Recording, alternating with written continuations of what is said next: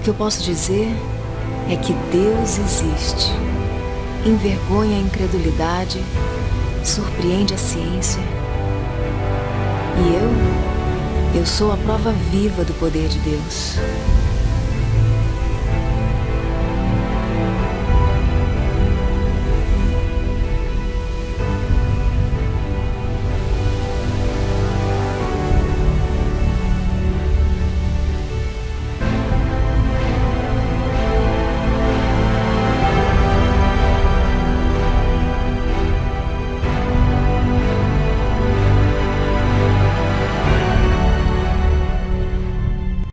Era uma mulher jovem, grávida, que veio para cá para interromper uma gestação. Tinha um filho e, após o seu procedimento cirúrgico, né, ela tem uma intercorrência.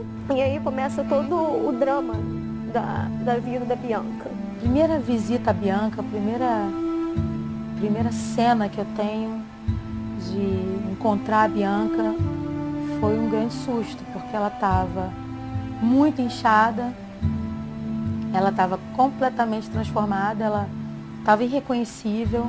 Estava muito difícil olhar para ela, a situação como ela estava, mas eu falei, Senhor, o Senhor já me deu a direção e eu vou fazer conforme o Senhor tem.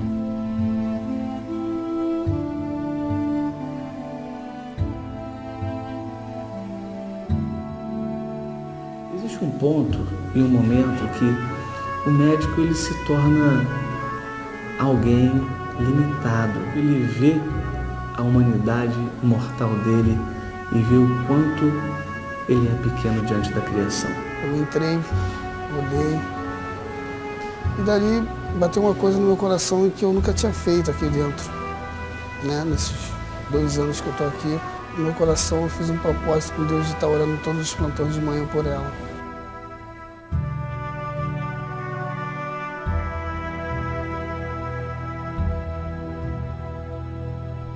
A Bianca desafiou a nossa competência, desafiou a nossa fé, né? Até mesmo a não fé, né? A credulidade de alguns.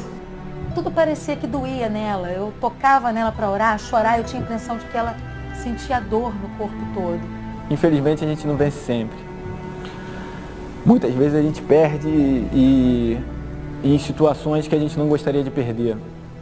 A gente aprende com a ciência que a gente faz, que a gente joga um jogo que em algum momento a gente tem que perder. Só que a gente faz de tudo para que esse momento seja o mais distante possível. E hoje a medicina tem mais um discurso agregado a isso, que é a qualidade da vida. Então, a Bianca, ela é um milagre de Deus hoje. Não me cansarei de levar essa mensagem e de proclamar o poder do amor através daquilo que Deus fez por mim.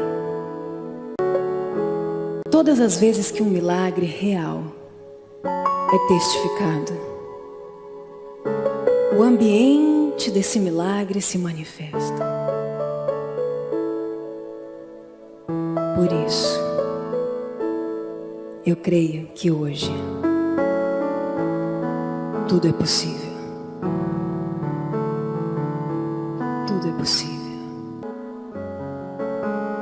Eu conheci Jesus quando eu tinha 16 anos, aqui na cidade de Araçatuba. Eu era uma adolescente cheia de marcas na alma, por uma infância difícil. Tinha tantos complexos, tinha uma autoestima muito baixa, uma autoimagem distorcida.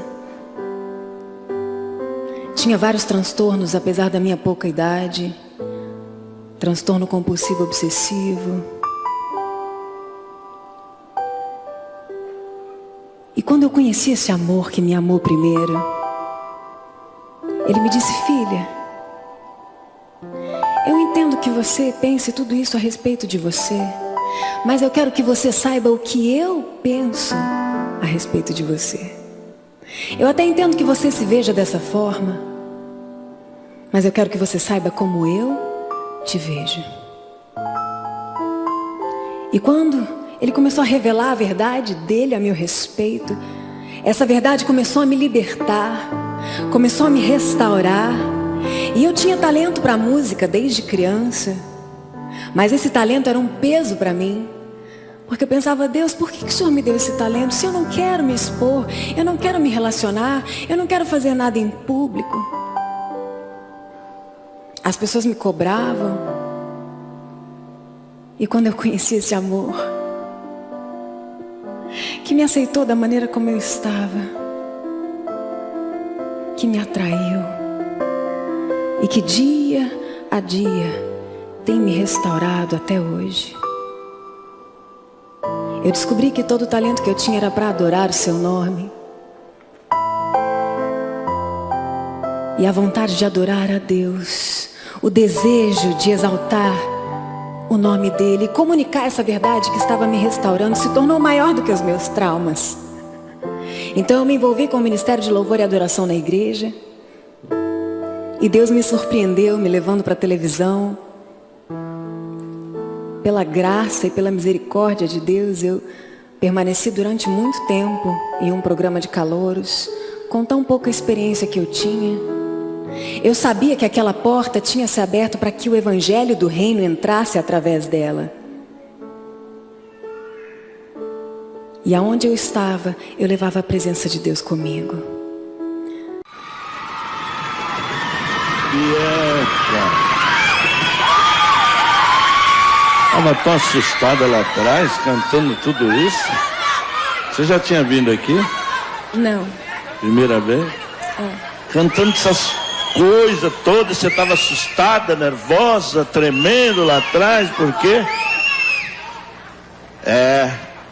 Cris Duran! Um anjo, com uma voz de anjo, baixando do céu, realmente.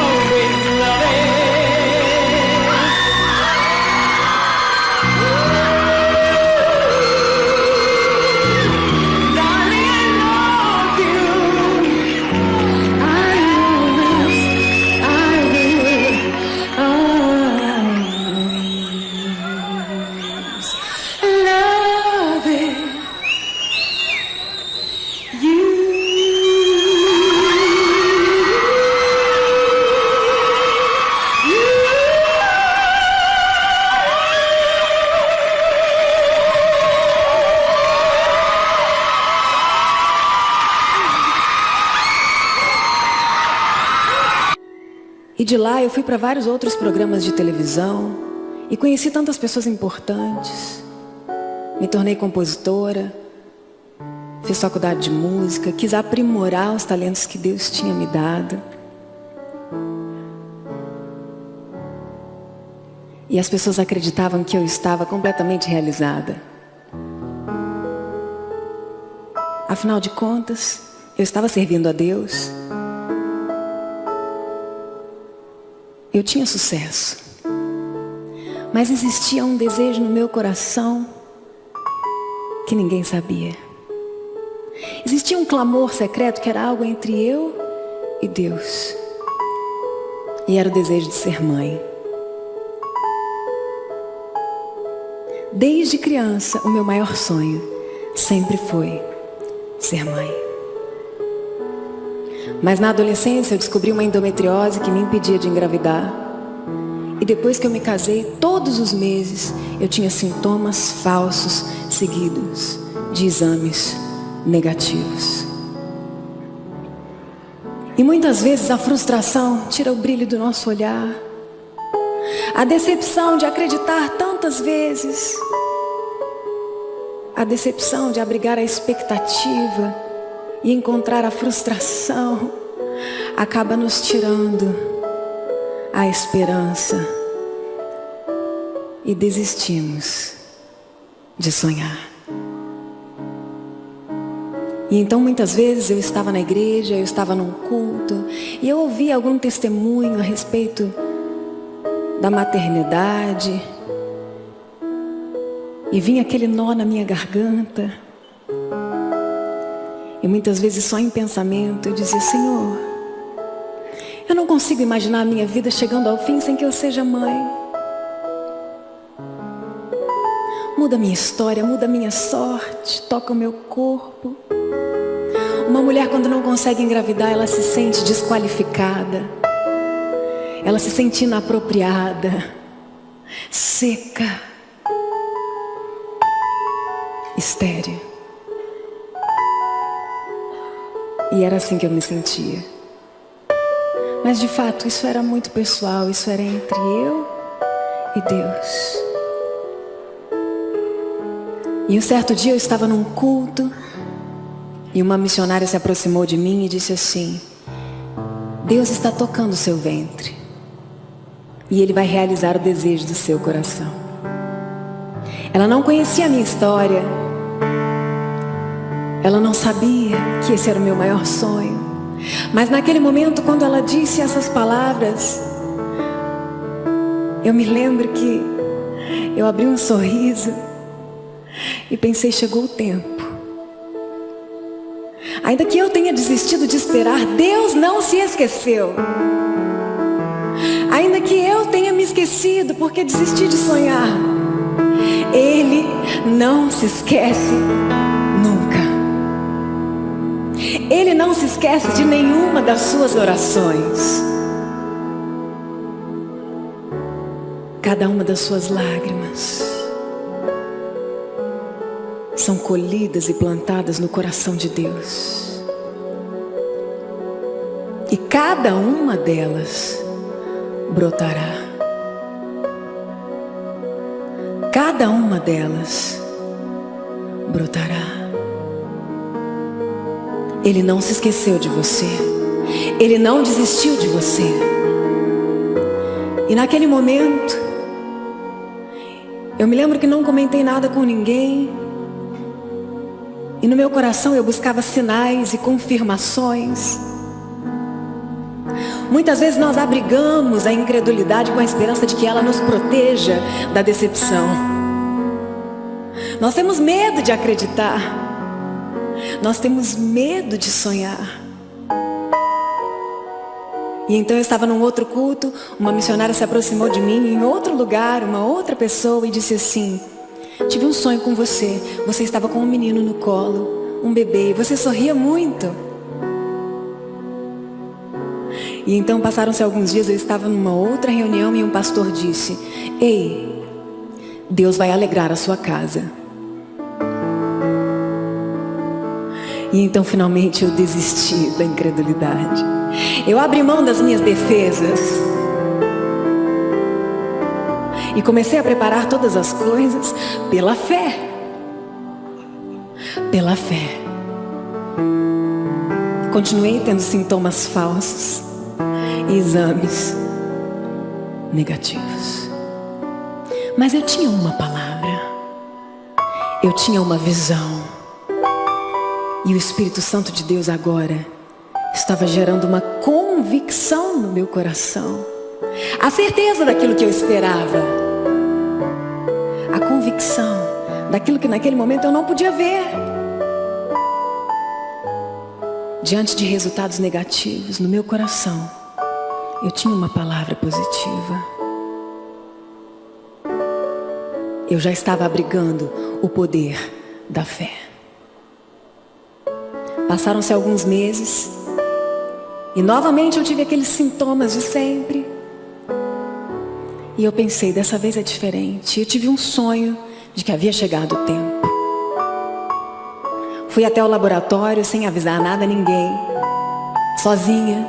Ainda estava de madrugada, o laboratório estava fechado. E eu fiquei dentro do carro, aguardando o momento da resposta. Abriram-se as portas, eu entrei, muito ansiosa. A enfermeira começou a tirar o meu sangue e eu querendo contar tudo para ela que eu estava sentindo, e ela não estava nem um pouco interessada. E ela disse, olha, espera 30 minutos que nós vamos levar o resultado. Até então foram os 30 minutos mais longos da minha vida. Eu fiquei aguardando aquele envelopinho branco que eu já conhecia tão bem. E de repente chegou aquela moça com o envelope, chamou pelo meu nome. E eu me lembro que eu me levantei, fui ao encontro dela e pegando aquele envelope que eu já conhecia tão bem, eu rasguei a lateral. Eu me lembro que as minhas mãos tremiam e eu comecei a abrir aquele papel que eu já conhecia tão bem e comecei a ler as mesmas informações de sempre, até que eu fui logo para o final. E no final tinha uma palavra que eu sonhei a vida inteira em ler. E estava escrito: positivo. Positivo. Positivo. Não é porque algo deu errado tantas vezes na sua vida que hoje não pode dar certo. Como eu já disse, Ele faz das mesmas coisas de sempre novas coisas. E para todo propósito, há tempo e moda. E o melhor tempo é o agora. É o hoje e o agora. Ainda que o seu passado olhe para você e diga assim: você, negativo. Ainda que os seus relacionamentos te olhem nos olhos e digam assim: você, negativo. Ainda que a ciência, os médicos, os diagnósticos digam o seu nome e digam: você não. Eu creio que Deus, quando te vê, Ele diz: positivo. Positivo. Positivo. Ele é o sim e o amém. E 8 semanas depois, eu descobri que estava gerando um menino, um profeta para as nações. A minha gestação foi perfeita, impecável. Não tive enjoos, não tive mal-estar. Os meus desejos eram todos por alface, água. Era um milagre, literalmente um milagre. Legumes. Eu me sentia plena, em estado de graça. Então eu cantava para Ele, eu orava com Ele. Eu estava abrigando um milagre. Eu estava realizando o meu maior sonho. Então eu comecei a preparar todas as coisas, o quarto, as roupinhas. Então eu lavava as roupinhas, colocava perfume, pendurava no varal todas aquelas meinhas pequenininhas. Aí eu ficava olhando e fazia oh. Tirava foto do varal. Era maravilhoso. Deus havia me tocado. Deus havia me tocado e mudado a minha história para sempre. E existe algo em peculiar nessa história que me chama a atenção, porque eu me lembro que meses antes da data prevista para o parto já estava tudo pronto. E então eu passava as roupinhas, embalava e colocava elas dentro de um plástico com uma etiqueta escrito assim: RN, recém-nascido. Uma outra embalagem estava de 0 a 3 meses. Numa outra, de 3 a 6 meses. Numa outra, de 6 a 9 meses. Numa outra, de 9 a 12 meses. Estava tudo tão organizado. Você abria o armário dele, você conseguia encontrar tudo. Era como se o Espírito Santo de Deus estivesse me dirigindo para que eu preparasse tudo para que outra pessoa cuidasse dele no meu lugar. Mas eu, sinceramente, jamais imaginaria que diante da realização do meu maior sonho, a minha vida ficaria por um fio. E então, com 36 semanas de gravidez, eu acordei com uma dor abdominal insuportável. E acreditando que estava em trabalho de parto, corremos para a maternidade. E chegando lá, recebi a notícia de que o bebê não estava nascendo. Algo estava acontecendo e eles não sabiam dizer o que era. Isso foi uma surpresa para nós. O meu coração, confesso, ficou apertado. Imediatamente eu comecei a vomitar. E era um vômito escuro.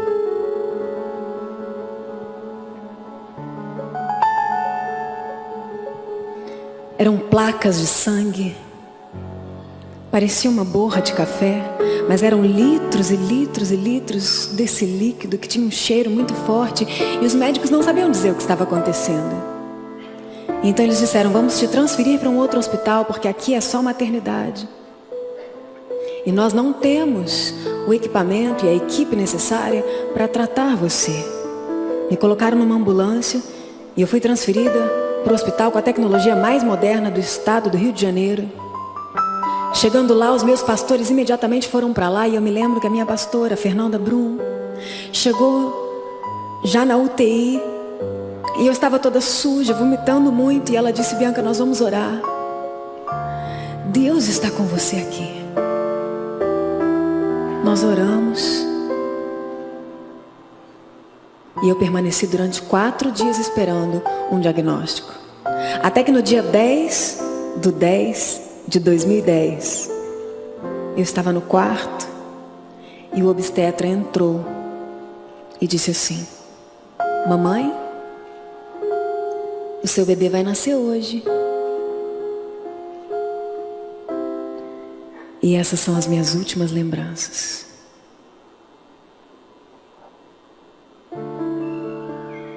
Resolveram interromper a gravidez para descobrir o que estava acontecendo comigo.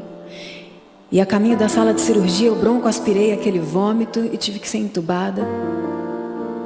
E no momento do parto,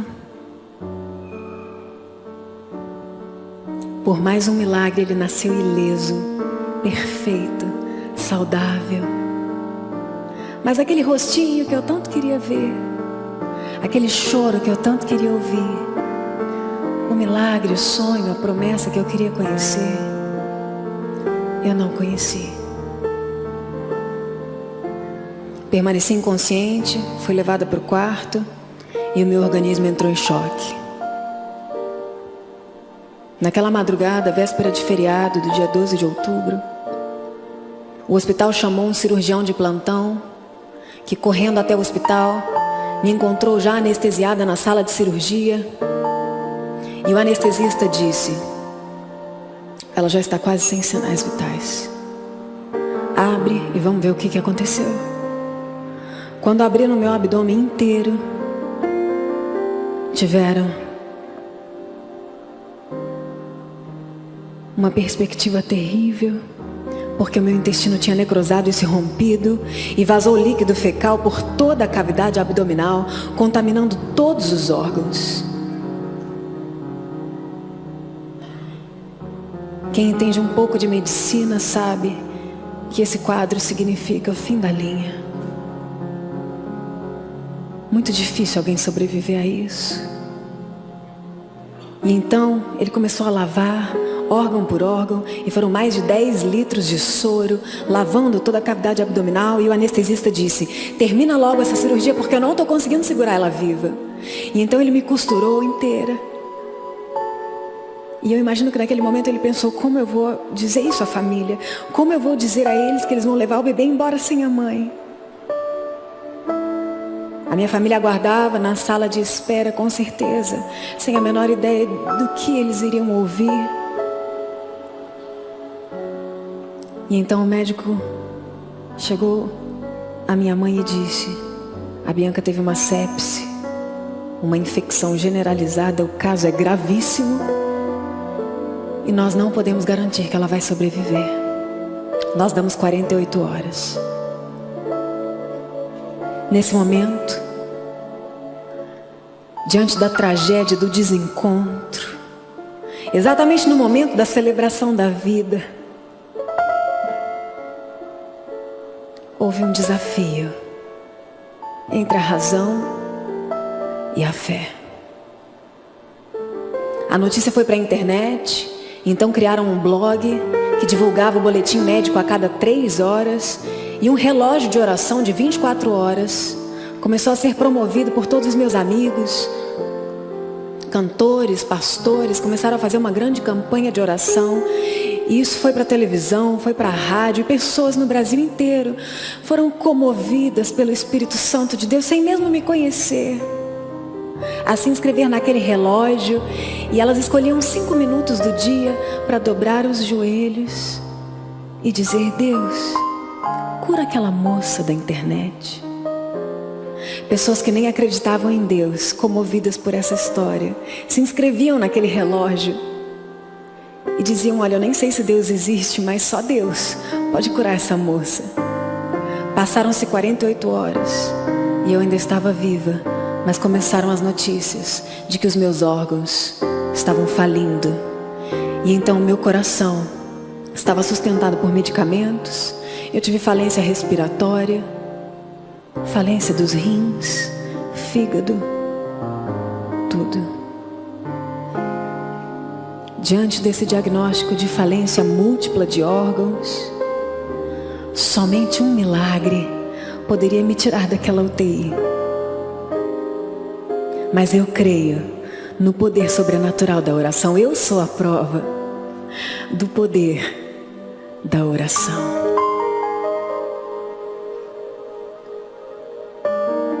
Passaram-se os dias e eu comecei a ter um problema de coagulação sanguínea muito grave, precisando de transfusões de sangue o tempo todo. E começou uma campanha de doação de sangue. Foi a maior campanha de doação de sangue do estado do Rio de Janeiro. Eu precisei de mais de 300 transfusões de sangue. Muitas hemorragias, muitas cirurgias. Toda semana eu precisava ir para a sala de cirurgia para lavar o meu abdômen. E então precisaram fazer uma traqueostomia. Quando eu já estava 12 dias na UTI, o meu filho recebeu alta e foi para casa.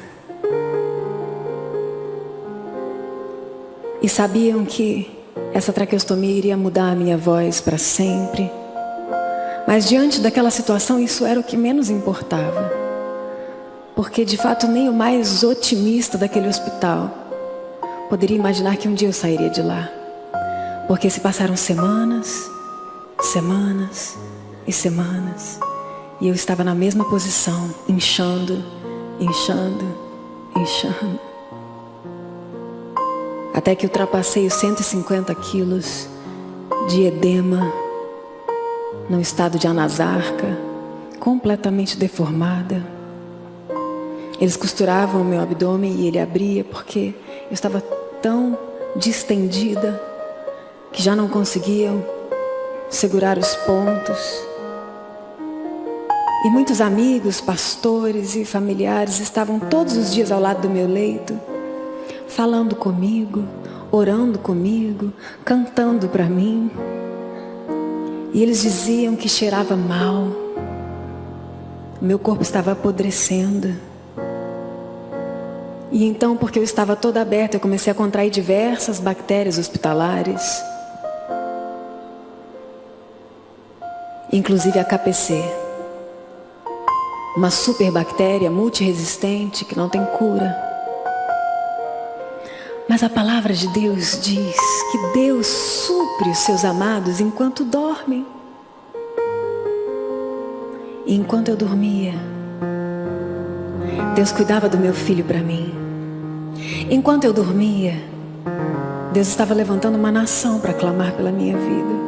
Enquanto eu dormia, Deus estava aproximando a minha família da presença dEle. Enquanto eu dormia, centenas de pessoas dobravam os seus joelhos. E enquanto intercediam por mim, a vida delas era transformada. O intercessor se assemelha a Deus quando ele esquece de si e não busca os seus próprios interesses para clamar pelo outro. E todos, quando esquecem de si, se tornam pessoas melhores.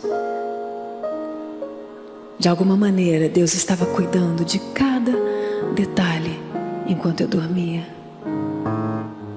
Todas as vezes que você deitar a sua cabeça no travesseiro, você vai se lembrar disso. Que enquanto você dorme, Deus diz: filho, filha, eu estou cuidando de tudo. Você não precisa ter o controle de tudo sempre. Deus está sempre cuidando de você. Deus está sempre cuidando de você. E enquanto eu estava em coma, eu tive diversos sonhos e fui levada para muitos lugares. Muitos destes sonhos eram terríveis e eu estava amarrada, eu não podia me mexer, eu não podia falar. E eu me lembro que colocaram um MP4 tocando louvor e adoração ao lado do meu leito, e essas músicas ministravam a minha vida o tempo todo. E sempre que eu estava em perigo, eu estava quase morrendo, nos meus sonhos entrava uma canção e me arrebatava daquele lugar. Entrava uma canção e me devolvia o ar. Entrava uma canção e me devolvia o sangue. E eu sonhava com bolsas e bolsas e bolsas de sangue. De alguma maneira, tudo que estava acontecendo ao meu redor fazia parte daqueles sonhos, assim como aquilo que estava acontecendo no mundo espiritual. O mundo espiritual é muito mais real do que aquilo que você pode ver. Foram feitas algumas orações, ministrações de perdão, e eu sonhei que alguém da minha família tinha me pedido perdão. E eu me lembro que no sonho eu decidi perdoar. E eu acho isso interessante e importante que você saiba, porque se em algum momento você estiver diante de alguém que está em coma, você pode falar com essa pessoa e ela vai te ouvir. Você pode orar com ela, ela vai receber. Você pode falar de Jesus e ela pode se converter. Você pode pedir perdão a ela, ela pode te perdoar. Conviver com um paciente em coma é muito difícil, porque ele não está mais vivo, mas ele ainda não morreu também. Você não sabe o que ele está pensando, você não sabe o que ele está sentindo, você não sabe se ele está sentindo dor. Mas eu sei que se ele estiver protegido pela oração, ele irá despertar. De alguma maneira, Deus pode preservar a consciência, preservar as emoções e restaurar qualquer tipo de trauma. Após 2 meses de coma, a Fernanda disse: vamos até o hospital porque o José Vitório precisa conhecer a mãe, ele já está grande. Já tem muito tempo que ela está lá. Apesar da medicina não dar expectativa nenhuma, não ter esperança, não há mais o que fazer. Todos os tipos de antibióticos já foram usados. Mas eu creio Então ela chamou a Êxila, uma amiga dela, que também é pastora, o pastor Jânio, que também é um pastor missionário, que tem um ministério forte na África. E eles foram até lá. Ela me disse que naquele dia eles levantaram como uma tropa, diante de uma grande batalha, entraram no carro e começaram a cantar, começaram a orar. Chegando no hospital, ela disse que chegava na recepção e ela tinha que se preparar emocionalmente para subir, porque era muito feia a imagem que ela iria encontrar. A minha pele já estava negra, a minha pele descamava inteira. Tinha muitos aparelhos em volta do meu leito, era difícil até se aproximar. Eu não sei se você já entrou dentro de um CTI, mas as pessoas, os profissionais já estão tão habituados com aquele ambiente que às vezes eles não se preocupam em te passar um pouco de esperança. Não. É tudo tão normal. Pessoas morrem o tempo todo. Pessoas morrem todos os dias. Então, quando você entra dentro de um hospital, principalmente dentro de um CTI, você precisa levar junto com você o poder da ressurreição, o poder da verdade. E quando eles entravam dentro do CTI, ela disse que olhando para aquela cena, o coração dela se apertava. Mas ela disse: Bianca, quando a gente se aproximava do teu leito, existia uma nuvem de glória naquele lugar. Deus estava lá com você. Deus estava lá com você. Então, apesar do desespero de te ver daquela forma, nós éramos cheios de uma presença de Deus tão grande, tão gloriosa, que nós começamos a orar, nós começamos a cantar, nós começamos a profetizar. E o pastor Jânio, que dá curso para as pessoas de como orar nos hospitais, ele me disse, depois de muito tempo, quando eu o conheci, ele disse: Bianca, naquele dia eu fiz exatamente o oposto daquilo que eu ensino. Existia uma nuvem de glória tão grande naquele lugar que eu comecei a profetizar. E Deus tinha me dado uma direção específica como embaixador do reino de Deus. E Deus me disse: chegue lá e se apresente. Então ele se aproximou do meu leito e ele disse assim: Satanás, você me conhece, o meu nome é Jânio.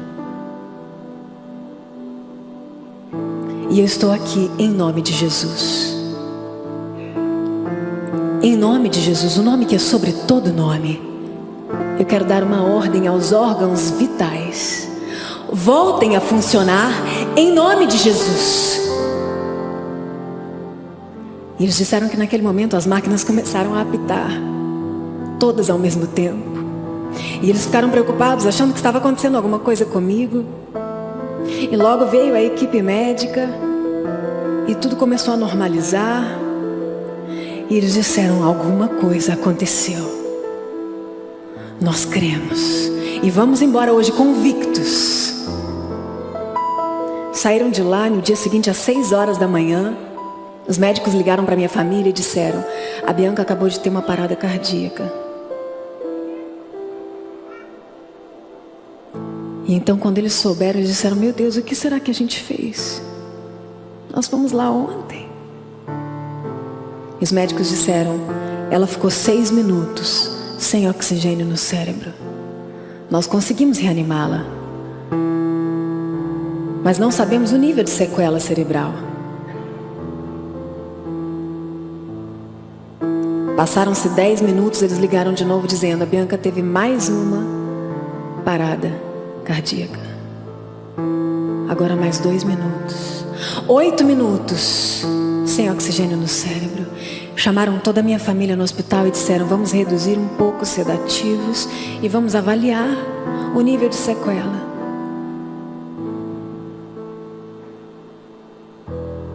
O meu corpo estava sinalizando que não aguentava mais. E no momento que eles começaram a diminuir os sedativos, eu acordei.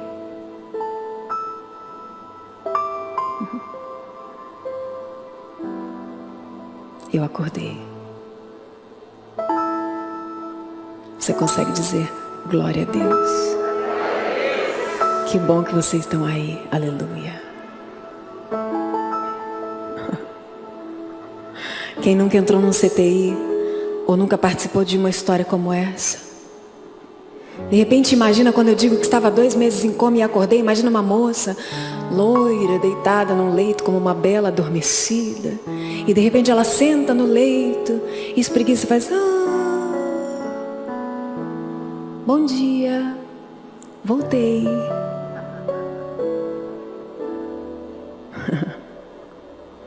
Mas não é nada disso. Havia passado um tsunami pelo meu corpo. No momento em que eu abri os olhos, a minha consciência ia e vinha, ia e vinha. As minhas pálpebras eram pesadas. E então eu ouvia um som como um bip contínuo que era pi, pi, pi, pi, pi, pi, pi. Eu estava só.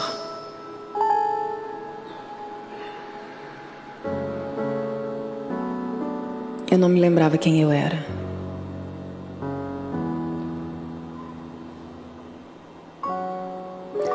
A notícia de que eu havia aberto os olhos correu pelo hospital e todos os setores. As pessoas começaram a ir até onde eu estava porque achavam inacreditável uma moça há tanto tempo com falência múltipla de órgãos, KPC, diversas outras bactérias, com a sepse, ter acordado.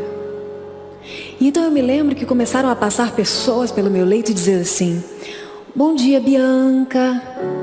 Oi, Bianca. De repente passou uma outra moça. Olá, Bianca. Oi. Então, quando a 4ª pessoa passou, eu me lembro que o meu primeiro pensamento foi: Bianca, Bianca, Bianca. Sou eu. Eu sou a Bianca. Como elas sabem? Eu não conheço essas pessoas. Há quanto tempo será que eu estou aqui?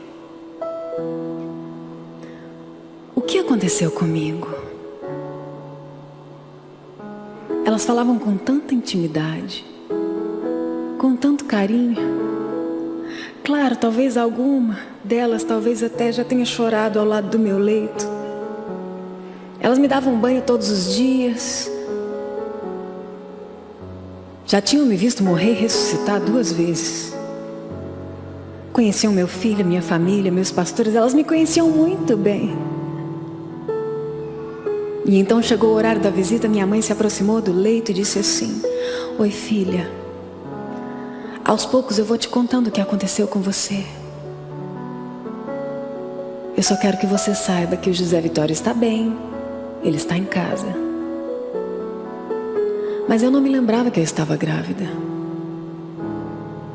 E quando ela disse José Vitório, eu não consigo imaginar o que os meus olhos disseram. Mas imediatamente eu me lembrei daquela plaquinha na porta do quarto dele que eu tinha feito, na qual tinha o nome dele. E então nesse momento eu pensei: o que aconteceu comigo? O horário da visita era sempre tão rápido. E a maior parte do tempo eu ficava sozinha. Eu não tinha ideia da gravidade do meu estado. Eu só sabia que as pessoas falavam e eu não. As pessoas andavam, eu não. As pessoas respiravam, eu não. Eu tinha uma enfermidade muscular chamada miopatia multifatorial aguda. Eu perdi todos os movimentos do corpo. Nem o meu pescoço eu conseguia movimentar. A minha cabeça era sustentada por uma fronha que ficava enrolada. E se eles tirassem aquele pano, a minha cabeça caía. Eu percebi depois de um tempo que tinha um tubo no meu pescoço e os fisioterapeutas vinham toda hora sugar aquela secreção da traqueostomia. Mas eu não tinha muita ideia do que isso significava, eu não sabia que eu tinha falência respiratória. Eu via que chegavam todos os dias com uma máquina grande, barulhenta, cheia de mangueiras, e ligavam no meu corpo e saía sangue para cá, sangue para lá, sangue para cá. Eu não sabia o que era aquilo, eu nunca vi uma máquina de hemodiálise. Eu não tinha ideia que os meus rins tinham falido. Eu via muitas vezes eles chegando com bolsas e bolsas de sangue. Mas o meu olhar era perdido. E eu era completamente imóvel. Então eles falavam comigo porque são treinados para falar com o paciente, mesmo quando está em coma, mas eles não sabiam se eu estava entendendo. Porque os músculos da minha face tinham atrofiado e eu não tinha expressão facial.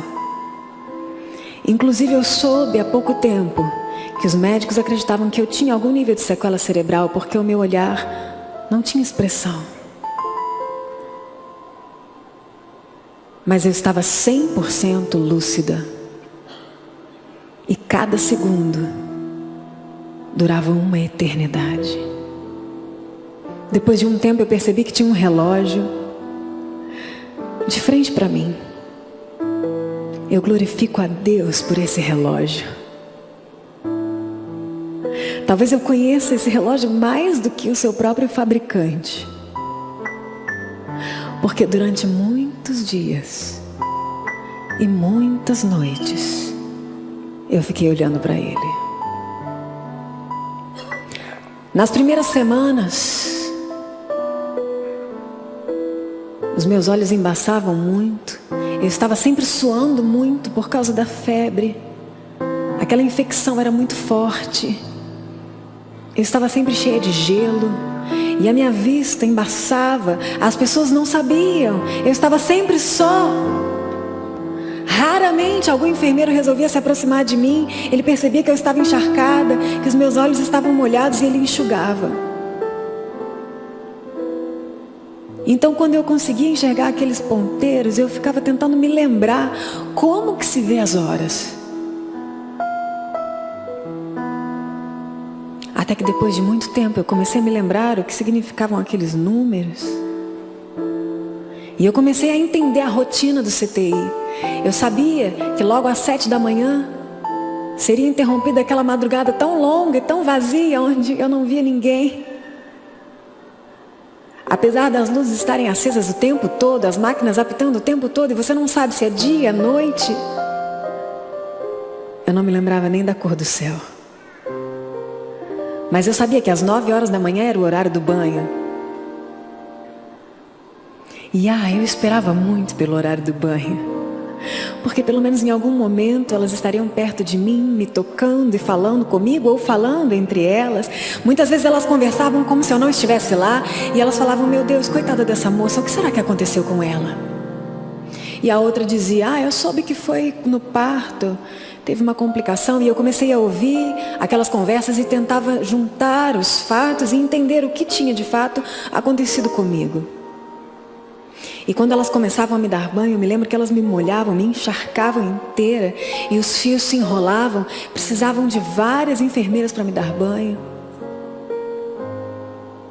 E quando eu estava organizando as informações para fazer o documentário e o livro, eu fui até o hospital e uma das enfermeiras, muito surpresa por me ver curada e de pé, disse, Bianca, você é responsável por todas as minhas varizes.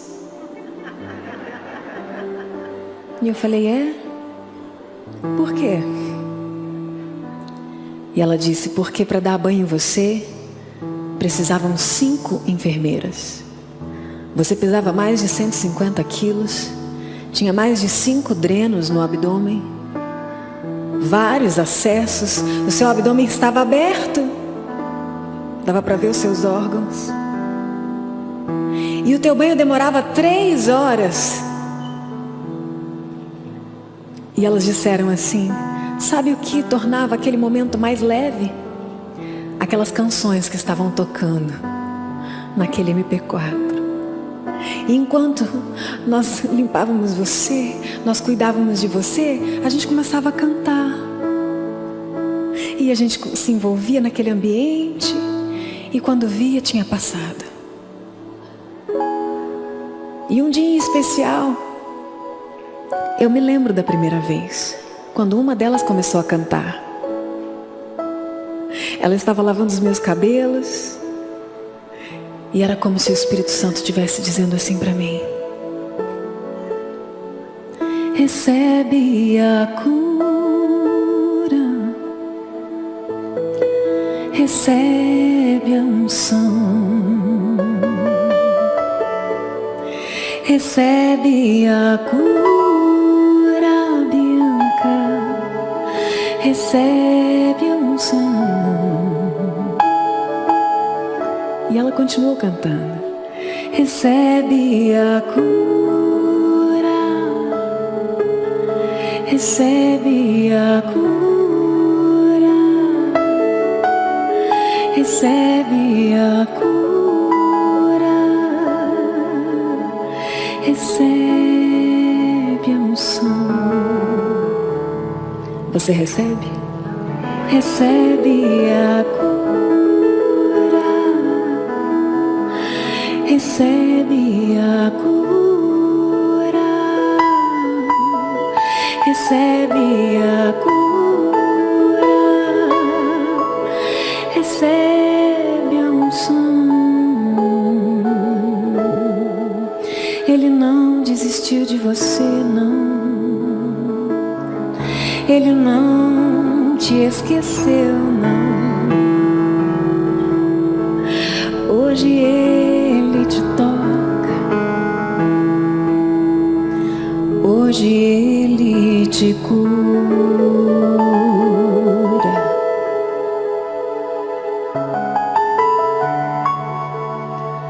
Naquele momento eu me lembrei que eu tenho um Deus.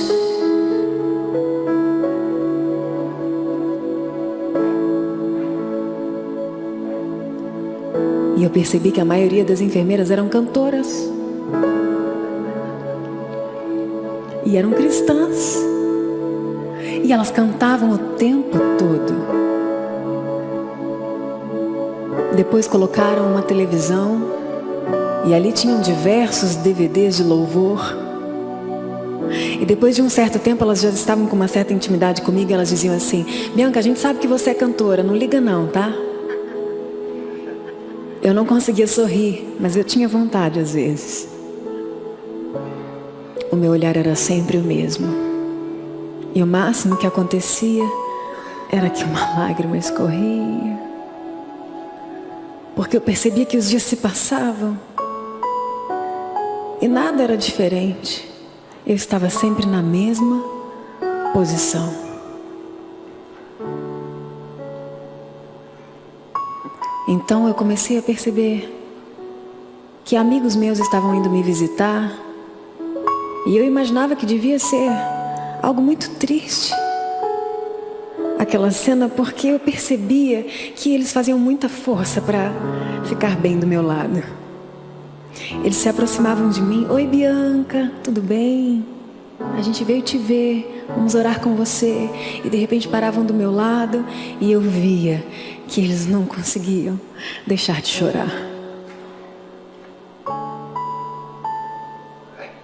Quem já entrou num CT e viu um paciente em estado terminal, muitas vezes espumando, sufocado com aquele respirador, sabe do que eu estou falando.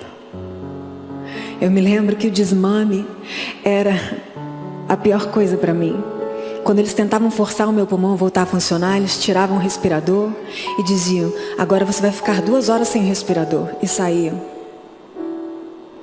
A sensação do desmame é como se você estivesse se afogando, como se você estivesse completamente sufocado, porque você tem uma oferta de 100% de oxigênio e de repente essa oferta te é tirada.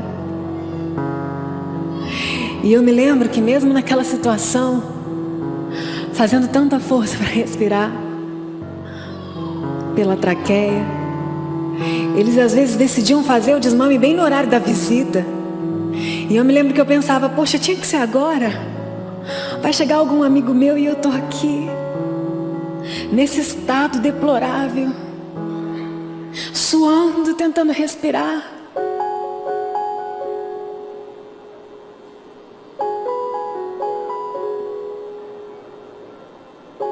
Um certo dia, um rapaz se aproximou do meu leito e ele vestia uma roupa azul. Eu achei que ele trabalhava em alguma área de serviços comuns ali do hospital, por causa do uniforme. E eu me lembro que ele era negro, baixinho. E ele se aproximou de mim e disse assim: eu posso orar pela senhora? Eu não tinha nenhum tipo de reação. Ele entendeu que sim. Levantou as mãos e disse: Senhor, cura essa mulher. Tu és o Deus do impossível. Tu és aquele que tem o poder sobre a esperança. Devolve a esperança. Devolve a vida. Tu és o Deus do impossível. Ele orava com tanta intensidade que ele até chorava. E terminava a oração, ele dizia: até logo. No dia seguinte, no mesmo horário, ele estava lá. Posso orar pela senhora? E novamente ele orava, dia após dia. Depois de muito tempo eu voltei nesse hospital para saber quem era esse homem. E me disseram que o nome dele é Anderson, ele é maqueiro do hospital. Aquele rapaz que empurra a maca para a sala de cirurgia, para a sala de exames. E ele me disse assim: moça, eu não te conheço não. Nunca te vi de pé, nunca ouvi a tua voz. Mas eu sou um homem de Deus. E tinha uma mulher morta naquele CTI. E Deus falou: você vai orar por ela todos os dias, até que ela se levante.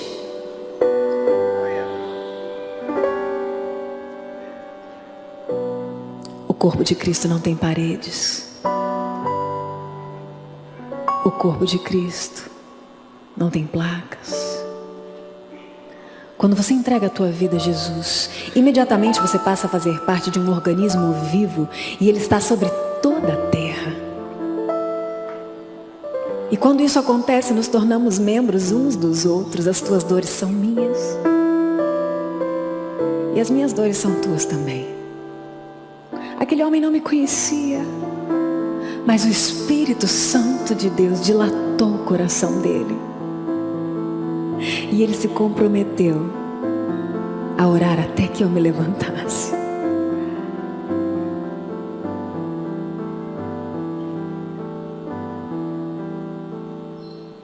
E então, eu comecei a perceber através de sinais que ainda que eu estivesse no vale da sombra da morte,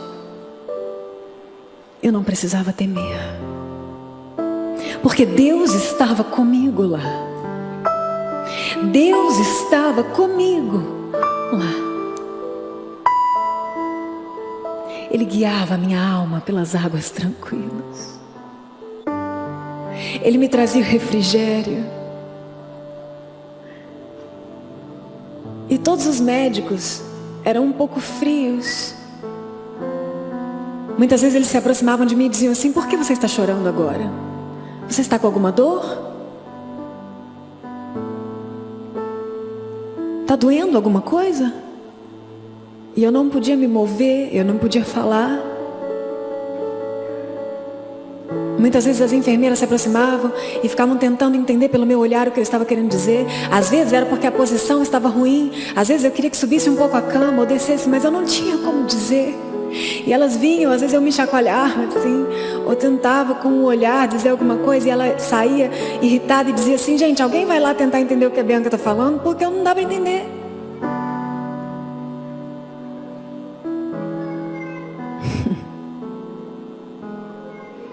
E um dia em especial, um médico se aproximou de mim e ele era diferente. O rosto dele brilhava, ele tinha virtude. Ele era tão gentil. E eu me lembro que todos os dias tinham que fazer um curativo no meu abdômen, porque tinham feito uma gastrostomia, ela evoluiu para uma fístula abdominal, e isso era um buraco muito grande na minha barriga. Então, muitas vezes até tinham que me levar para a sala de cirurgia para fazer os curativos, de tão grande que era. E quando eu estava no CTI, um médico cirurgião ia fazer o curativo todos os dias. E nesse dia, esse médico se aproximou e disse assim: "Olá, Bianca, eu vim fazer o seu curativo." Ele foi se aproximando do meu ouvido e disse assim: "Eu sou o Dr. Rômulo, eu sou o seu cirurgião." Ele era o cirurgião de plantão na madrugada em que eu entrei em choque, chamado por acaso pelo hospital. Ele já tinha me operado mais de 10 vezes enquanto eu estava em coma, mas eu não o conhecia. Então ele disse assim: "Fica tranquila, eu te conheço, eu conheço a tua história, conheço a tua família. E eu quero que você saiba que eu sou pastor."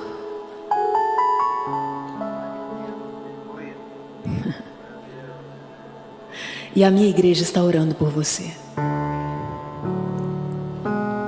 Existe uma guerra pela sua vida.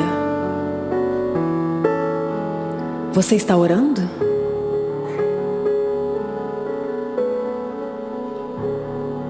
E quando ele me perguntou: "Você está orando?", eu não tinha como responder. E eu me lembro que eu comecei a balançar. A minha mão era em forma de garra, já tinha atrofiado, os meus braços tinham encurtado e as minhas pernas também. Eu era toda torta e deformada.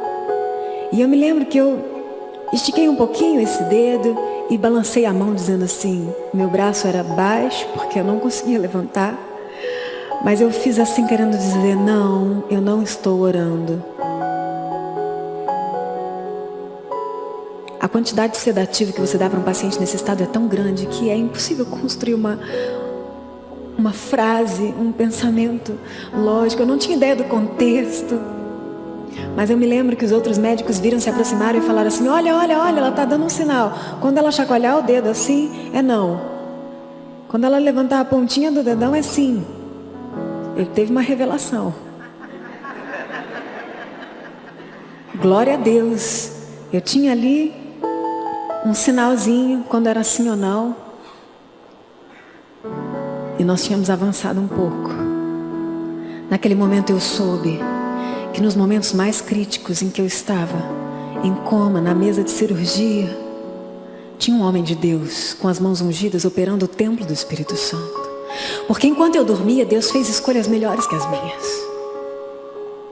Ele cuida de você nos detalhes. Nos detalhes. E então chegou o Natal. E eu ainda estava lá. Do mesmo jeito.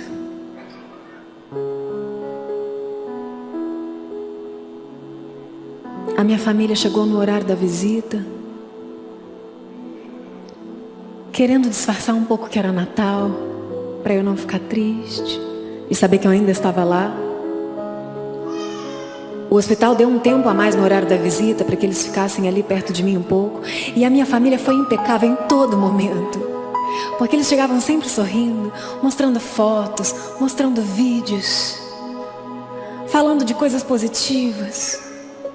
Eu não tinha a menor ideia que eu poderia morrer a qualquer momento.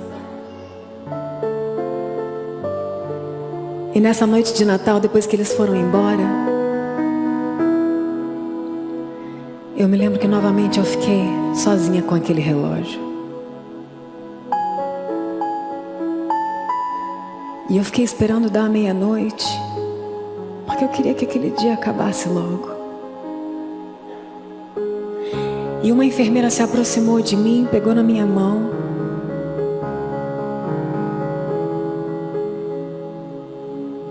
E ela disse assim: Bianca, não desiste não.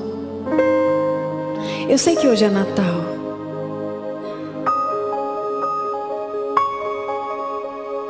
Eu estou aqui nesse lugar com você e hoje a minha família é você.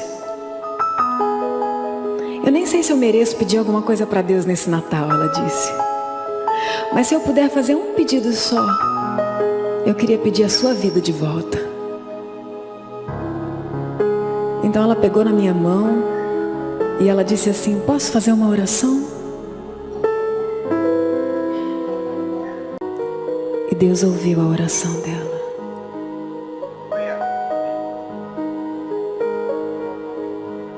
Eu não podia orar com ela, mas eu acompanhava com o olhar. E eu me lembro que eu comecei a chorar e ela também. Passaram-se alguns dias e chegou o ano novo. E os médicos chamaram minha família e disseram: não há mais o que fazer. Nós precisamos esperar. Temos feito de tudo. E isso é verdade. A minha família decidiu me transferir na noite de Ano Novo. E o meu cirurgião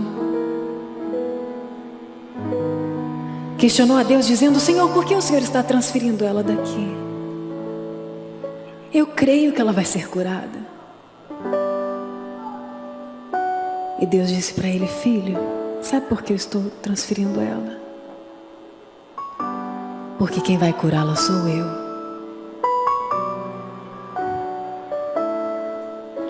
Quem vai curá-la sou eu. A glória não será de um hospital e nem de outro. A glória é toda minha. A glória é toda minha. E eu me lembro como se fosse hoje, o momento em que me colocaram na ambulância, toda amarrada, e o respirador estava quebrado. Durante 20 quilômetros,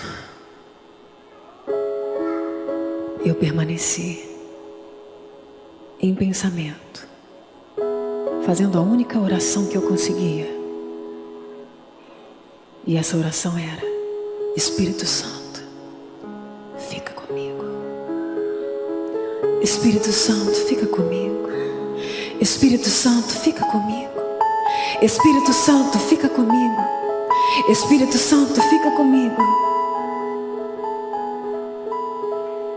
Chegando no outro hospital, um médico, infectologista, convencido pela esposa a assumir o meu caso, porque nenhum médico queria assumir um caso como esse, me recebeu dizendo: vamos suspender os medicamentos e trocar os acessos. E no momento em que eles suspenderam todos os medicamentos, o meu organismo espontaneamente reagiu.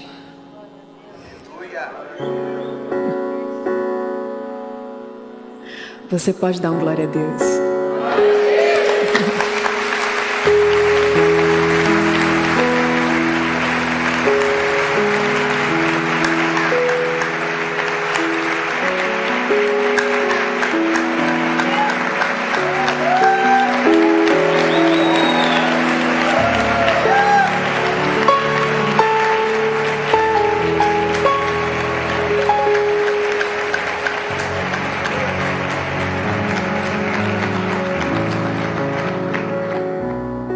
Ele é o Todo-Poderoso. Ele é poderoso para dar. Ele é poderoso para tirar. E Ele é poderoso para voltar a dar. Ele simplesmente é. Eu me lembro que passaram alguns dias e eles disseram: seu pulmão está voltando a funcionar. Você gostaria de ouvir a sua voz de novo? Me trouxeram uma plaquinha com várias letras. E apesar de eu não conseguir movimentar os braços e as mãos, eles me ajudaram a apontar e eu disse que sim. Tiraram o respirador e disseram: fecha esse buraco que tem no seu pescoço. E esse buraco era grande. E emite algum som. E eu me lembro que coloquei o dedo naquela cânula e fiz assim.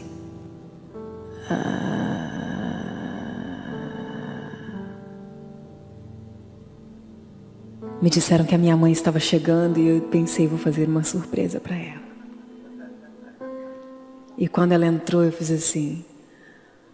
Oi, mãe. E ela, minha filha. Apesar de ter sido uma cantora com uma voz tão privilegiada antes, eu estava tão feliz com aquele...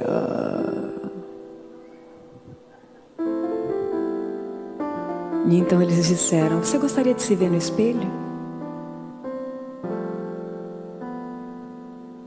E eu disse que sim. Mas ninguém tinha me contado que os meus cabelos tinham caído. Ninguém me contou que a minha pele era marrom.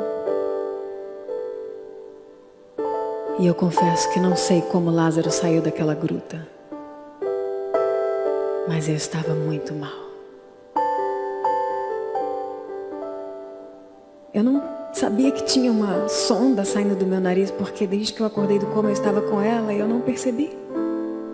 E era tão estranho, aqueles acessos todos no meu pescoço de hemodiálise. E eu me lembro que naquela madrugada eu fiz a minha primeira oração falada e eu disse, Deus, como que vai ser? Cantora, eu não sou mais. Instrumento nenhum eu posso tocar, as minhas mãos estão em garra e os médicos não sabem dizer quando eu vou voltar a abrir as mãos. Me disseram que eu tive um filho, mas eu não sou mãe.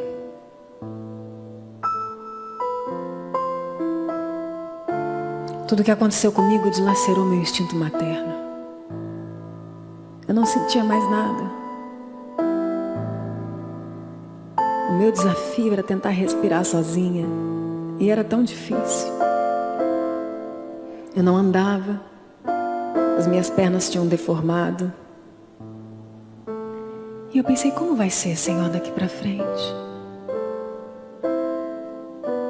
Aquela fístula no meu abdômen era tão grande, eles diziam que não fecharia. E naquela madrugada o Espírito Santo me visitou de uma maneira tão sobrenatural, que eu comecei a orar, ter visões, profetizar. Eu fui tomada com a glória de Deus e o Espírito Santo me disse, eu te restaurarei por completo. Eu te restaurarei por completo. E eu te levarei em toda a terra para que você conte o que eu fiz por você.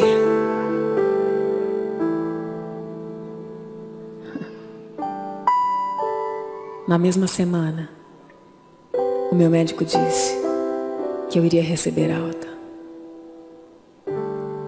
E ele disse, Bianca, o seu rim está falido há 4 meses e meio.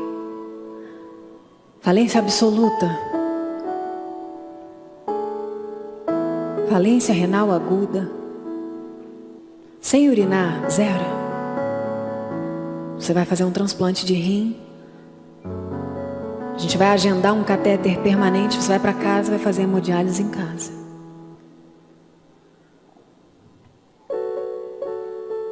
E nós não aceitamos essa palavra. Ele disse que restauraria por completo. E aquele que começou a boa obra é fiel. Ele é fiel. Ele é fiel para completá-la. Poucos dias depois vieram trocar as minhas fraldas. E elas estavam encharcadas de urina.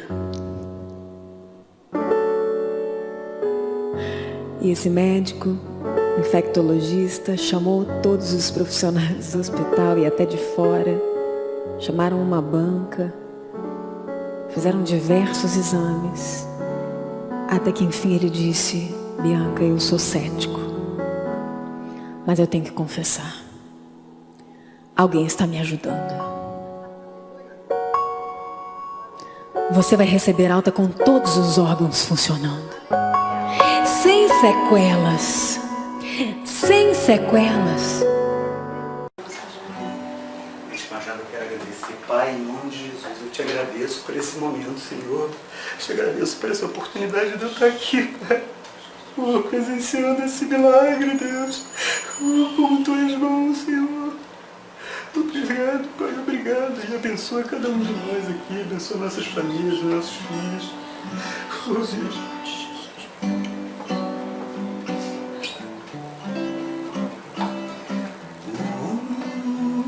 Da Galileia falou, perdoai, ajudai, estendei a mão.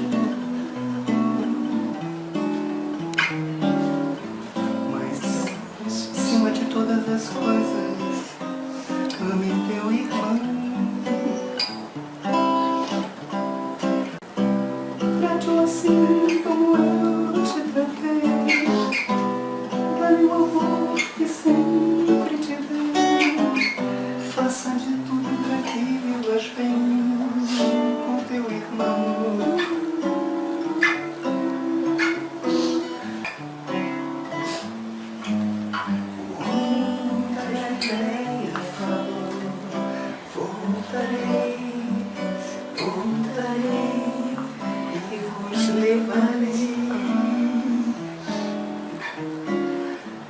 Mas acima de todas as coisas, ame teu irmão.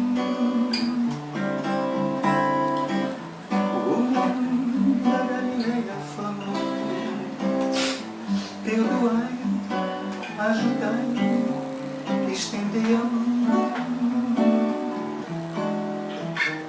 Mas acima de todas as coisas, ame seu irmão. Da Galileia falou, jejuai, orai, clamai. Mas acima de todas as coisas, ame seu irmão.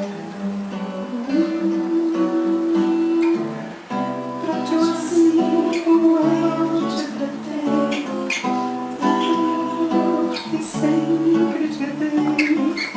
Faça de tudo para que vivas bem com teus irmãos. Trate-o assim como eu te tratei. Dá-lhe o amor que sempre te dei. Faça de tudo para que vivas bem com teu irmão.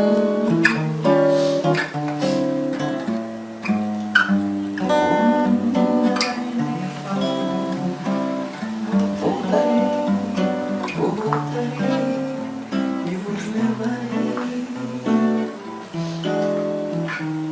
Mas antes que isso aconteça, ame seu irmão. Lindo! Glória a Deus! Gente, ela cantou! Viu? E no dia 18 de fevereiro do ano passado, eu recebi alta.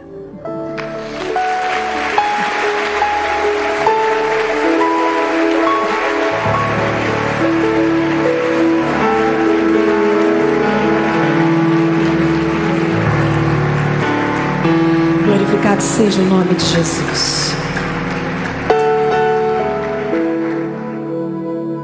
No momento em que eu saí do hospital,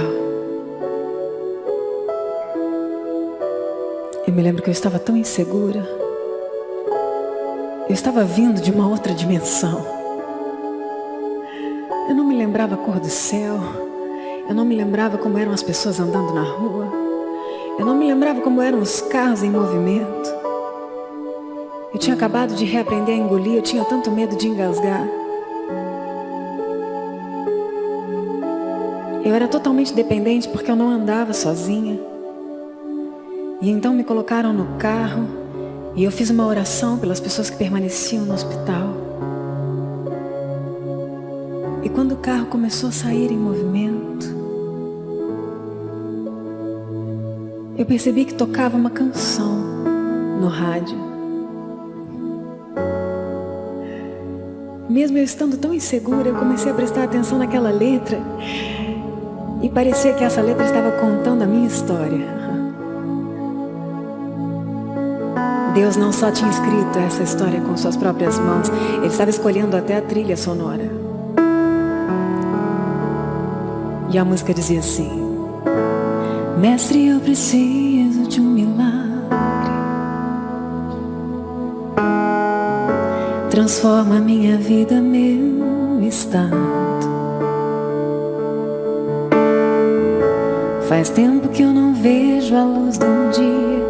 Estão tentando sepultar minha alegria, tentando ver meu sonho cancelado. Lázaro ouviu a sua voz quando aquela pedra removeu. Depois de 4 meses, ela reviveu. Mestre, não há outro que possa fazer aquilo que só o teu nome tem todo poder. Eu preciso tanto de um milagre.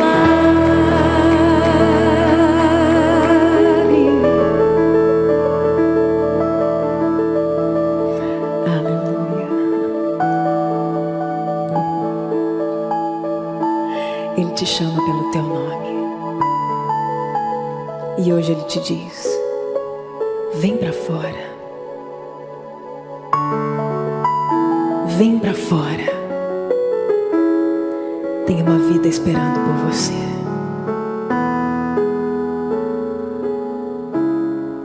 Chegando no meu prédio,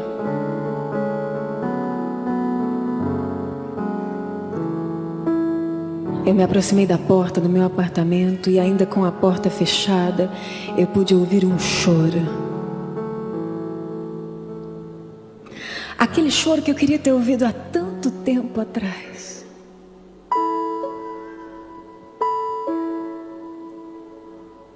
Abriram a porta e tinha um bebê grande já na sala, esperando por mim. Eu me lembro que eu tentei ir caminhando, mas as minhas pernas pesavam mais do que o meu corpo inteiro.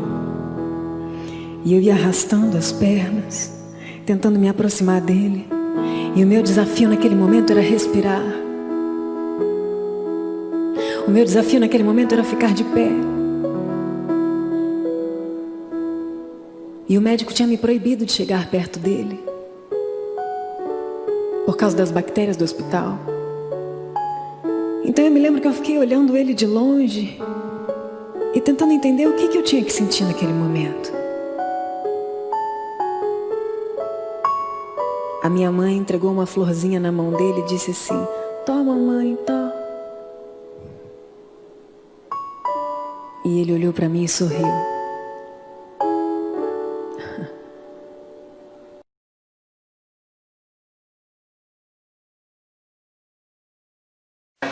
Mas, vamos lá, tá? Acho que a principal parte a gente já fez, tá bom? Tchau. Tchau, tchau.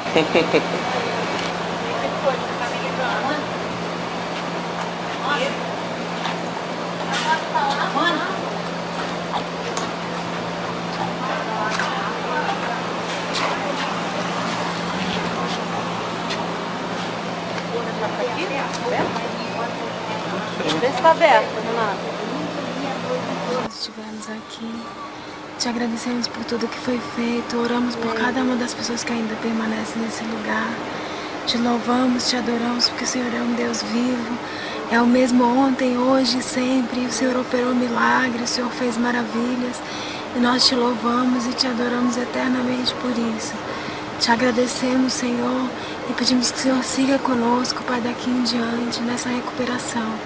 Em nome de Jesus. Amém. Glória a Deus, aleluia. Eu preciso de um milagre. Transforma minha vida, meu estado.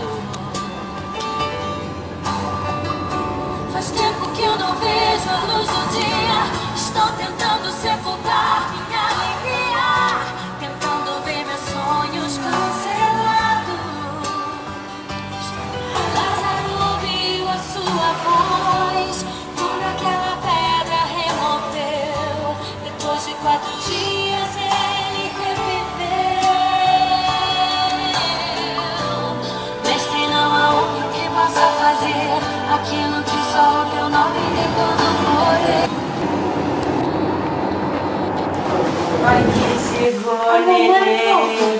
Seja bem-vinda, tá? Ô, minha filha. Ô, seu amor aí. Foi guardado pra você. Dá um sorriso, mamãe, vivida. Recebe, mãe. Recebe, mamãe. Toma, mamãe, pra você, mamãe. Minha amada, mãe. Ele vai ganhar um sorrisão, já já. Ei, José. Ei, José. Olha a mamãe, meu amor. Ó, José. Fala, seja bem-vinda, minha mãe querida. Eu te amo, mãe. Oi, José. Fala com a mamãe. Amo. Ele já vai te dar um sorrisão. Oh, minha filha. Mamãe. Ele vai te contar tudo, já já. Gugu. Olha, ele não tira os olhos de você. Olha lá, minha filha, teu amor, minha filha. É lindo, cadê a sua mamãe? E naquele momento o Espírito Santo me disse, viu? Muito mais do que o que você perdeu é o que eu tenho preparado para você. Muito mais do que aquilo que você perdeu é o que eu tenho preparado para você. E durante muitos dias eu olhei ele de longe e eu observava outras pessoas que foram contratadas para cuidar dele e eu não as conhecia.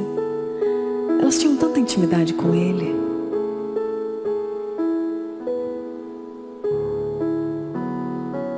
Chamavam ele até de meu filho.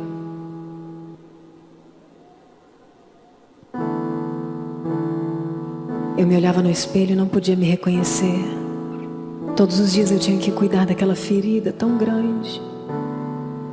Eu era totalmente dependente, porque demorou muitos meses para eu voltar a caminhar. E quando eu deitava à noite para dormir, eu sonhava que eu estava cantando. E quando eu acordava, a minha voz era um sussurro. Os médicos diziam que alguém traqueostomizado há tanto tempo jamais poderia voltar a cantar. Então eu me lembrava de uma águia já de idade avançada, no momento em que precisa se renovar e as suas penas caem, o seu bico é arrancado, as suas unhas caem, e eu ficava imaginando essa águia à noite dormindo e sonhando que estava voando, e ela acordava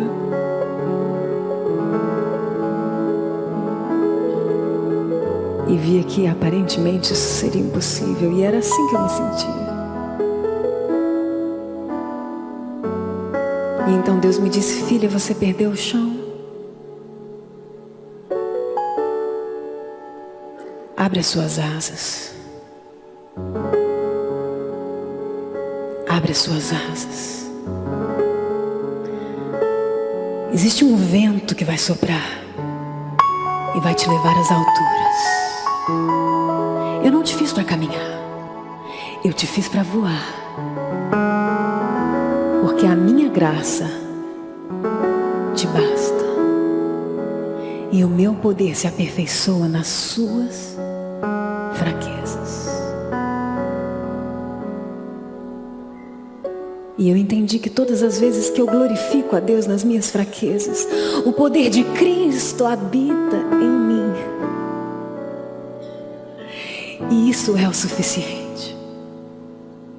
Isso é o suficiente. Eu entendi que existe um tesouro no deserto. E o mapa da mina se chama quebrantamento. Quebrantar-se é admitir que não somos nada sem Deus. Nada. Um coração quebrantado é dependente. Um coração quebrantado se rende. E eu entendi que quando eu me calei, porque não tinha mais voz, eu aprendi a ouvir a voz de Deus.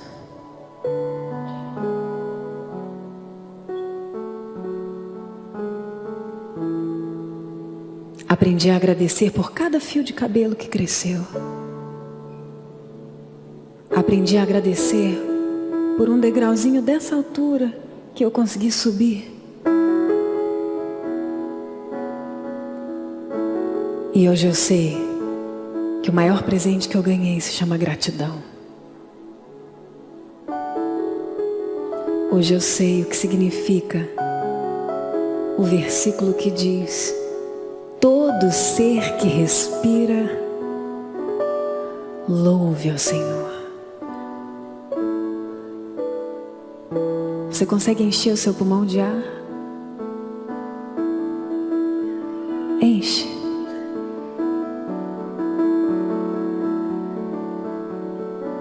Enche de novo.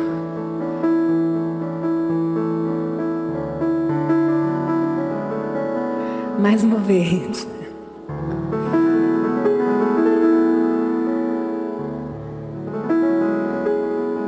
Eu sei que Deus pode gerar em você a mesma alegria que eu sinto quando eu respiro. Enche o seu pulmão de novo.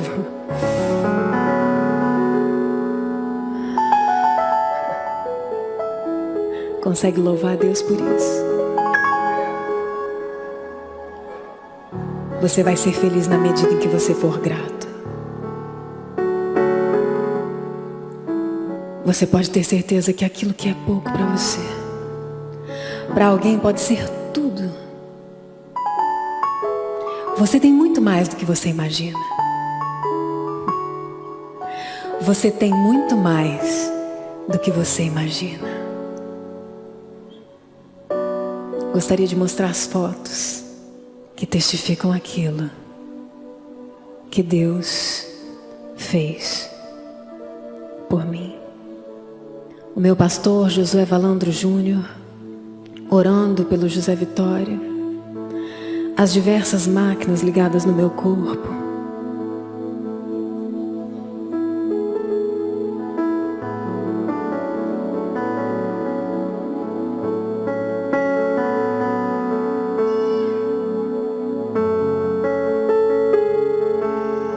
os primeiros dias do coma,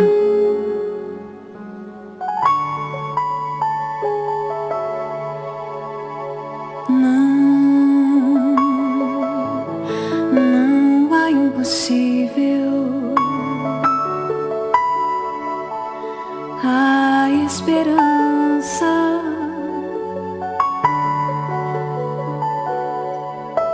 Jeová, Jeová Rafa, Deus te cura.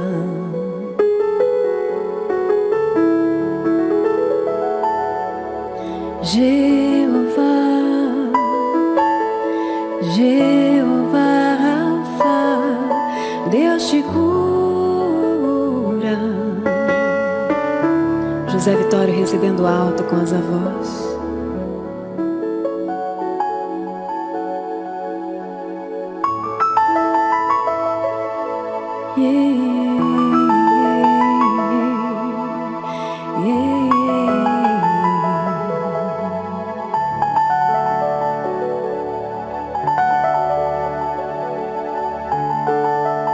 Minha mãe, a Fernanda, pastor Josué, pastor Leandro, eles oravam comigo, liam a Bíblia, mesmo quando eu estava em coma.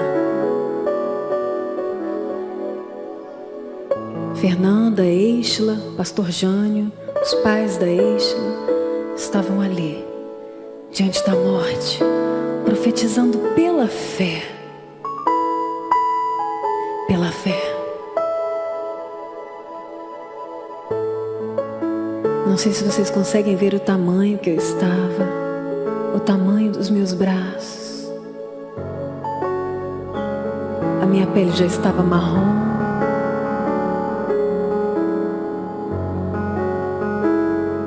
O Espírito Santo te dá ousadia para profetizar diante de um vale de ossos secos.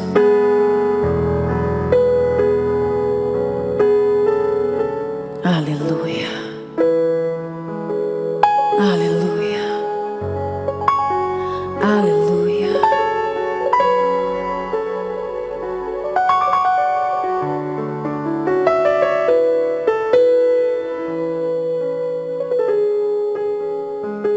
Minha amiga Rebeca Nemer, nesse momento impactada por essa imagem. No livro A História de um Milagre tem essas fotos e outras, e tem o relato de cada uma dessas pessoas que participaram do livro contando essa história comigo. Esse dia foi a primeira vez que me colocaram sentada.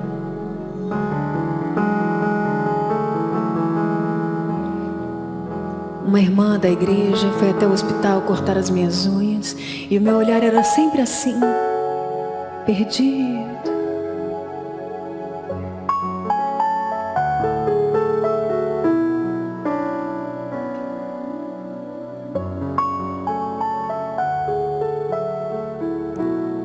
$10 ml de suco de melancia. Aleluia.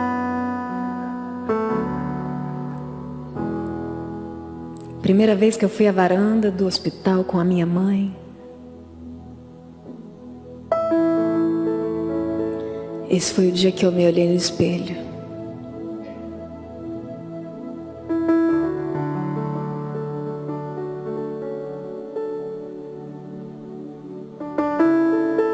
Tirando a cânula da traqueostomia.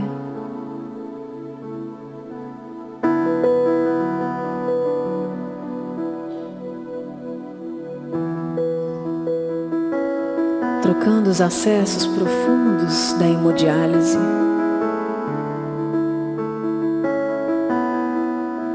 Tentando ficar de pé. Queridos, voltar a viver é difícil. Quem me via acreditava que eu estava à beira da morte. Pelo estado em que eu estava, tão magra.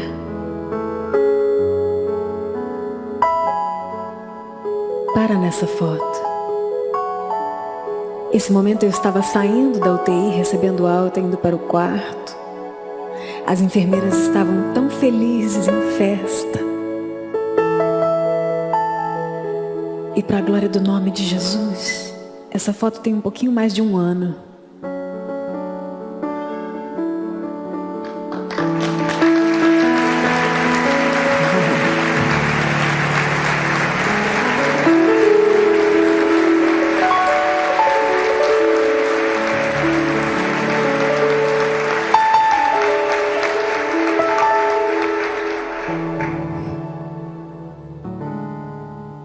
Essas imagens são da fístula abdominal que havia por debaixo daquela camisola.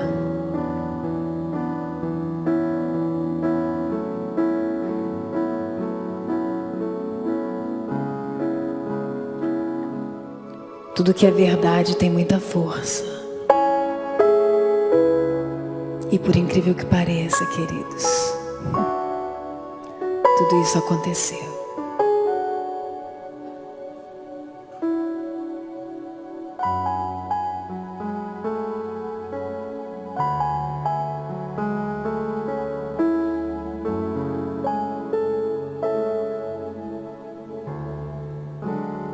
Nesse dia, a Fernanda foi me visitar e foi a primeira vez que ela me viu de olhos abertos, falando, sentada. E ela ficou muito eufórica, querendo me contar tudo o que tinha acontecido enquanto eu estava em coma. E ela disse: Bianca, você passou por tantas cirurgias, você teve várias paradas cardíacas, e aquilo ali começou a me dar um pouco de falta de ar. Eu falei: me conta aos poucos, por favor, eu não quero ouvir tudo. E ela disse: eu estou te contando para que você saiba que o que passou foi muito pior do que o que pode estar acontecendo hoje. Eu estava triste porque eu achei que eu não ia voltar a andar. E ela disse: em nome de Jesus, aquele que te ressuscitou, vai te fazer voltar a andar. E você não vai voltar a andar só, você vai voltar a cantar também. Eu não sei que voz você vai ter, mas eu sei que quando você abrir a sua boca, pelo poder da ressurreição que te curou, os enfermos serão curados. Hoje eu tenho 10% da voz que eu tinha, mas não importa. Não importa. Porque hoje eu sei que mesmo quando eu desafino, o Espírito Santo de Deus, em sua rica graça e misericórdia, manifesta o seu poder e testifica aquilo que Ele fez por mim, fazendo muitos outros milagres. E isso é tudo que importa.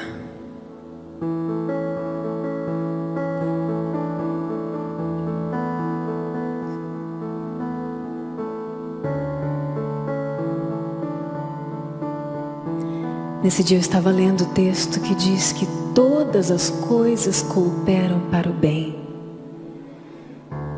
daqueles que amam a Deus.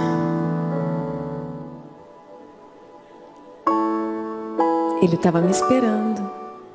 É um relatório médico escrito dia 18 de fevereiro do ano passado, dizendo assim: Senhora Bianca Pereira de Toledo Pimentel vem por mim sendo acompanhada desde o dia 31 de dezembro. Paciente com sepse abdominal grave, insuficiência respiratória aguda, insuficiência renal aguda, anúrica, desnutrição grave, fístula gástrica pós-gastrostomia cirúrgica, celulite de parede abdominal, miopatia severa multifatorial. Vem evoluindo com progressiva melhora do quadro geral, com resolução do quadro infeccioso, fechamento progressivo do orifício da fístula gástrica e recuperação da função renal. Com alta hospitalar em 18 de fevereiro do ano passado.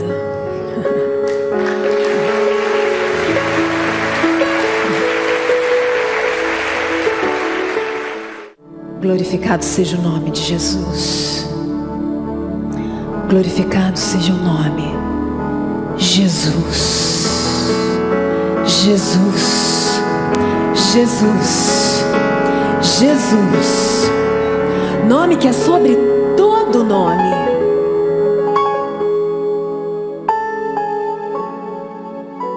A sua história também pode ter um final feliz.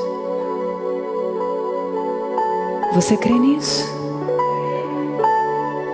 E eu quero te dizer que você é fundamental como parte de um todo, mas que você é exclusivo enquanto indivíduo. E Deus quer alcançar o seu coração. Hoje, você que não faz parte dessa igreja, levanta sua mão de novo.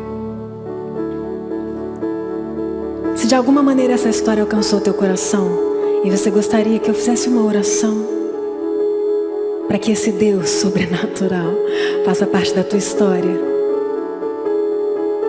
fica com a tua mão levantada.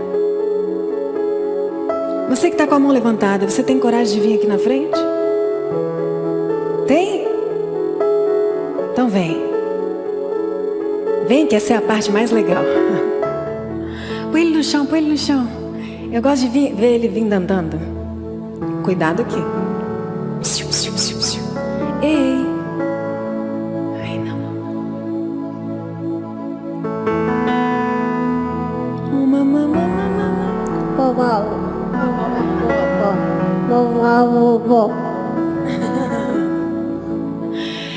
Não desiste do teu sonho. Não desiste do seu sonho. Não desiste dos seus sonhos. Não desiste dos seus sonhos.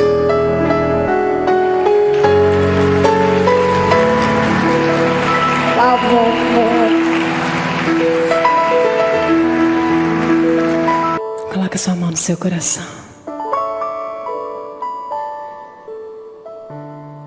Repete essa oração comigo dizendo: Senhor Jesus,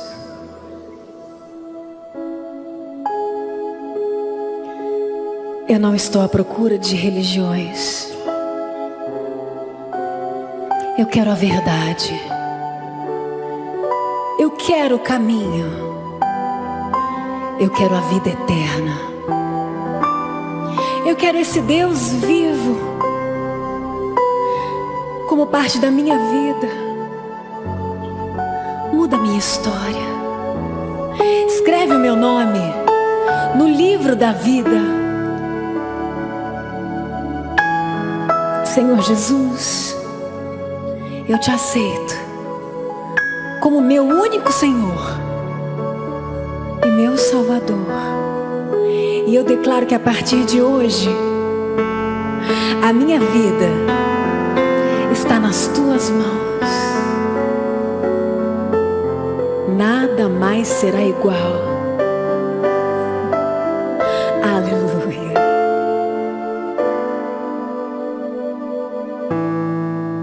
Espírito Santo de Deus,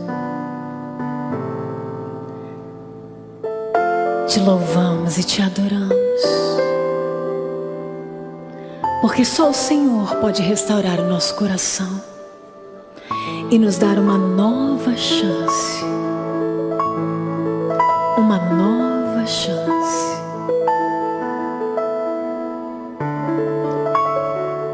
Se existe alguém aqui que precisa de um milagre, hoje é o dia. Levanta sua mão. Nós vamos orar. Você que tem uma enfermidade, coloca a mão no lugar da sua enfermidade. Em nome de Jesus. Em nome de Jesus. Seja curado agora. Seja curado agora. Pelo poder do nome de Jesus. Seja interrompida a vida dessa enfermidade. Agora. Agora. Em nome de Jesus. Aquele que restaurou cada um dos meus órgãos. Aquele que preservou a minha vida. Aquele que é poderoso para fazer infinitamente mais. Ele está neste lugar e Ele toca o teu corpo agora, em nome de Jesus. Eu não sei qual é o teu coma. Eu não sei o que está paralisado em você, o que está falido na sua vida. Mas eu creio que a ressurreição, a partir de hoje, será abrigada por você. O poder da ressurreição que está em Cristo, hoje, está no seu coração. E tudo aquilo que estava morto, viverá. Em nome de Jesus. Em nome de Jesus.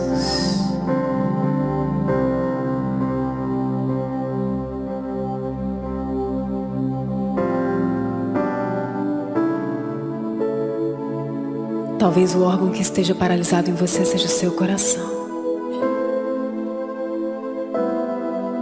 Só Deus sabe as marcas que Ele tem. Mas eu estou aqui para te dizer que o Espírito Santo de Deus é capaz de transformar traumas em fontes de unção. O Espírito Santo de Deus pode limpar o seu coração hoje e devolver a Ele todas as funções, te fazendo capaz de amar como se você nunca tivesse sido ferido, te devolvendo a confiança de quem nunca foi traído E hoje, você pode começar uma nova vida, sem sequelas, em nome de Jesus. Em nome de Jesus. Em nome de Jesus. Ele é especialista em amar quem não merece, a começar por mim. Ele pode te ensinar. Ele é o mestre do perdão. Ele nos perdoa todos os dias. Ele pode te capacitar. Perdoa. Perdoa. Perdoa. Deixa a sombra dessa mágoa para trás. Agora é tudo novo. Agora é tudo novo. Agora é tudo novo. Agora é tudo novo. Se você precisa perdoar, declara com seus lábios. Diz o nome.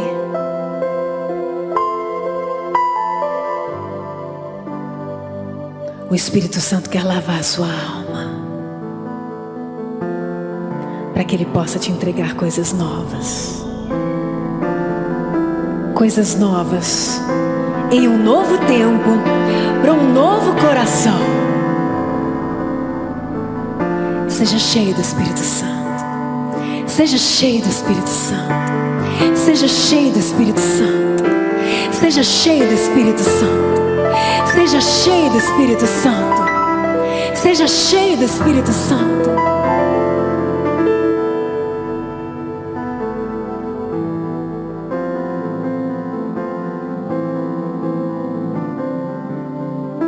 Agradecer é um dom.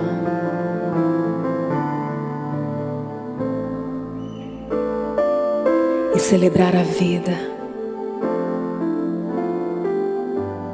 é um brinde. Hoje o Senhor te chama para celebrar um novo tempo. Um novo tempo. Amém? Os incrédulos não vão entender a sua alegria. Talvez eles até tentem roubar a sua paz. Mas você não vai deixar que ninguém te roube aquilo que Deus te entregou hoje. Ninguém.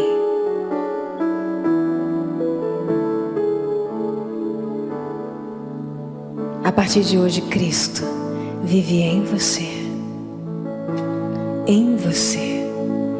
E todas as vezes que você silenciar sua alma, você vai poder ouvi-lo falando ao seu coração.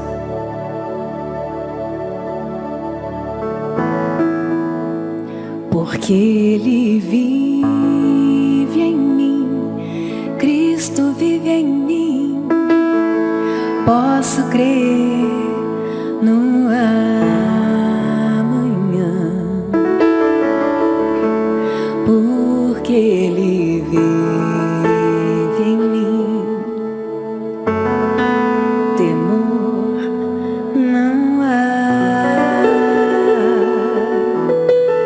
mas eu bem sei, eu sei que a minha vida, coloca a tua vida nas mãos de Deus, está nas mãos do meu Jesus, que vivo está. A igreja toda pode ficar de pé? Eu gostaria de ouvir vocês cantando. Porque Ele, Cristo vive em você. Você pode crer, porque Ele vive em mim. Eu não preciso temer mais.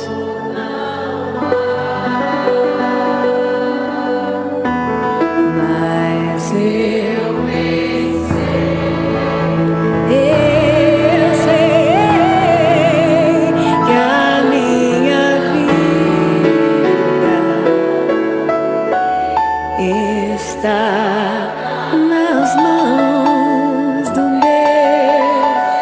Jesus. Tudo aquilo que Deus fez na tua vida hoje é para glorificar somente um nome. E esse nome é Jesus. Jesus. Jesus. Jesus. Jesus. Jesus. Jesus. Jesus.